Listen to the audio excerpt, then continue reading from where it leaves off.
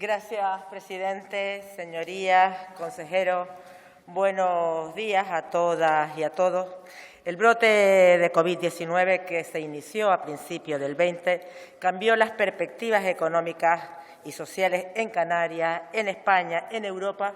y en todo el planeta. La interrupción de la actividad económica, las restricciones a la oferta de ciertas actividades y la caída de la demanda por las restricciones de la movilidad y la necesidad de distanciamiento físico nos han llevado a una recesión económica sin precedentes. Y aunque la magnitud de la crisis ha afectado a todas las economías, lo que sí es cierto que ha afectado más a aquellas que, como la nuestra, que como la canaria, somos muy dependientes del turismo. Una situación tan grave que exigió de una respuesta urgente y coordinada de todas las administraciones. Y en este caso, la respuesta de la Unión Europea a la crisis del COVID, entendemos que fue una respuesta sin precedentes, absolutamente contraria a la respuesta que tuvo en la pasada crisis financiera, en la que optó por aplicar políticas austericidas que poco o ningún bien hicieron a la ciudadanía. Respuestas que causaron un enorme daño social, empobrecimiento, desempleo, recortes en los servicios públicos. Afortunadamente, en esta ocasión ha habido respuestas más justas, con presupuestos ordinarios expansivos en Europa, en España y en Canarias, y sumado a estos presupuestos ordinarios, pues planes extraordinarios de recuperación por parte de la Unión Europea que se encuentran aún pendientes de ratificar. Unos planes extraordinarios nunca antes establecidos que marcan un hito histórico al ser la primera vez que los 27 países que conforman la Unión se ponen de acuerdo para generar deuda conjunta. Unos planes de recuperación dotados con 750.000 millones de euros con un triple objetivo: apoyar a corto plazo la recuperación tras la crisis sanitaria, impulsar a medio plazo un proceso y transformación estructural y, además, a largo plazo, llevar a un desarrollo más sostenible y resiliente desde el punto de vista económico, financiero, social, territorial y medioambiental. Y Europa ha tenido, con muy buen criterio, entendemos,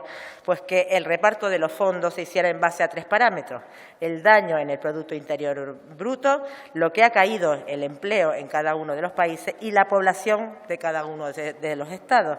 Y en este reparto, a España se le han asignado 140.000 millones de euros a través de 2 grandes actuaciones: los fondos REACT-EU, con 12.000 y pico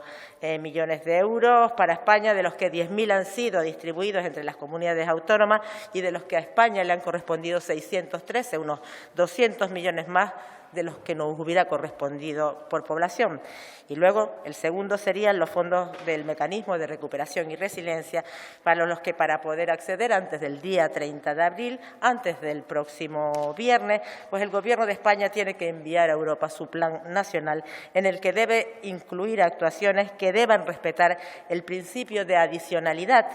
de la financiación de la Unión, es decir, deben presentarse actuaciones no para sustituir, salvo en algún caso muy justificado, a los gastos nacionales ordinarios, sino para nuevas actuaciones. Un plan nacional con la denominación de España Puede, Plan de Recuperación, Transformación y Resiliencia, que el presidente Sánchez presentó el pasado 14 de abril y que se encuentra publicado en la web del Gobierno de España. Un plan nacional con 20 programas tractores de inversión por un importe total de 66.524 millones de euros, de los que tan solo 3.400 millones van destinados a la modernización y a la competitividad del sector turístico. Un plan nacional, a nuestro modo de ver, al modo de ver de Nueva Canarias, generalista, que nos produce cierta inquietud, por lo que, consejero, yo le pediría que nos informe cuál ha sido la participación de Canarias en este plan, cuántos recursos de los 70.000 millones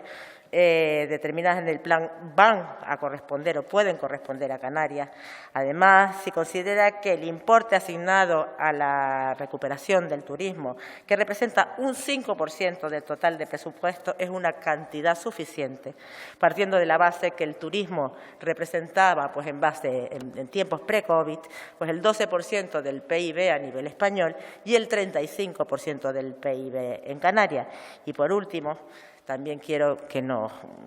plantee o nos diga cuál es el planteamiento del Gobierno de Canarias sobre pues aquello que también nos genera mucha inquietud y es las exigencias de la Unión Europea sobre las reformas laborales, fiscales y de las pensiones, e insisto, del que nos gustaría saber qué opinión tiene el Gobierno de Canarias al respecto. Muchas gracias. Gracias, presidente, consejero. Sinceramente, una pena y también les digo una preocupación que no haya habido nuevos avances tras 2 reuniones que se han mantenido. Entendemos desde Nueva Canarias que es indudable que la velocidad de recuperación económica y social depende, en primera instancia, de la velocidad con la que se administre la vacuna en Canarias, en España, en Europa y en el resto de los países emisores de turismo hacia Canarias. La vacuna, obviamente, y mientras no haya ese porcentaje considerable de población inmunizada, pues fundamental la responsabilidad personal, la responsabilidad de todos y cada uno de los canarios y canarias para que este elemento, para que esta pandemia, para que este número de infecciones, contagios y fallecimientos no se dispare, porque es que sobre esa responsabilidad pivota en estos momentos la situación epidemiológica de las islas. Pero aparte de la vacuna y de la responsabilidad personal, no es menos cierto que la recuperación también dependerá del margen de maniobra presupuestario del que dispongan los distintos países, los distintos territorios, las comunidades autónomas, para adoptar medidas que mitiguen el impacto social y económico de esta crisis sanitaria y, por supuesto, de la resiliencia de nuestra economía y de nuestras estructuras sociales. Y en este aspecto, gracias, como dije antes, al cambio de tercio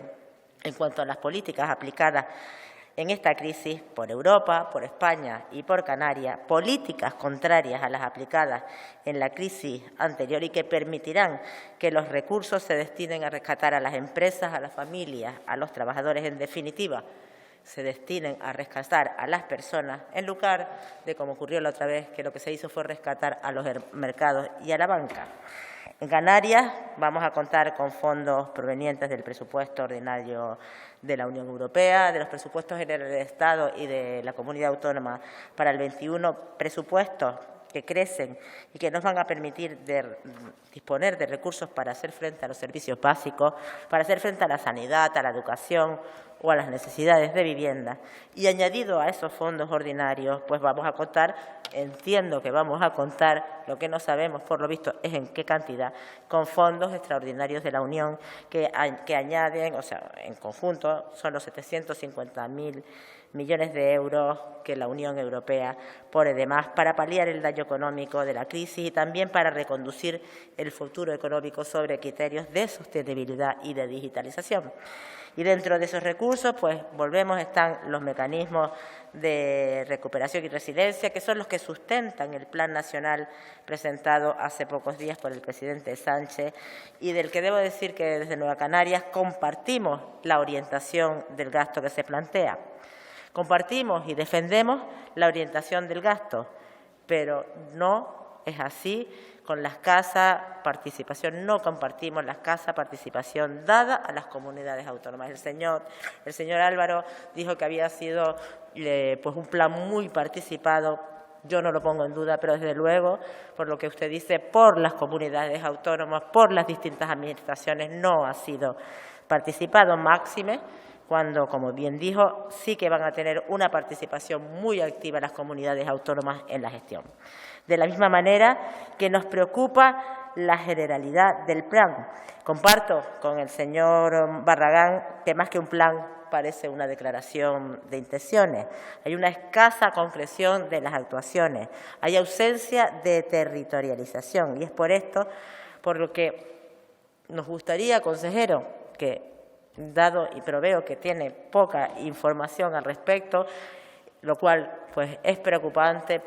insisto, por la poca participación que se le ha dado a las comunidades autónomas,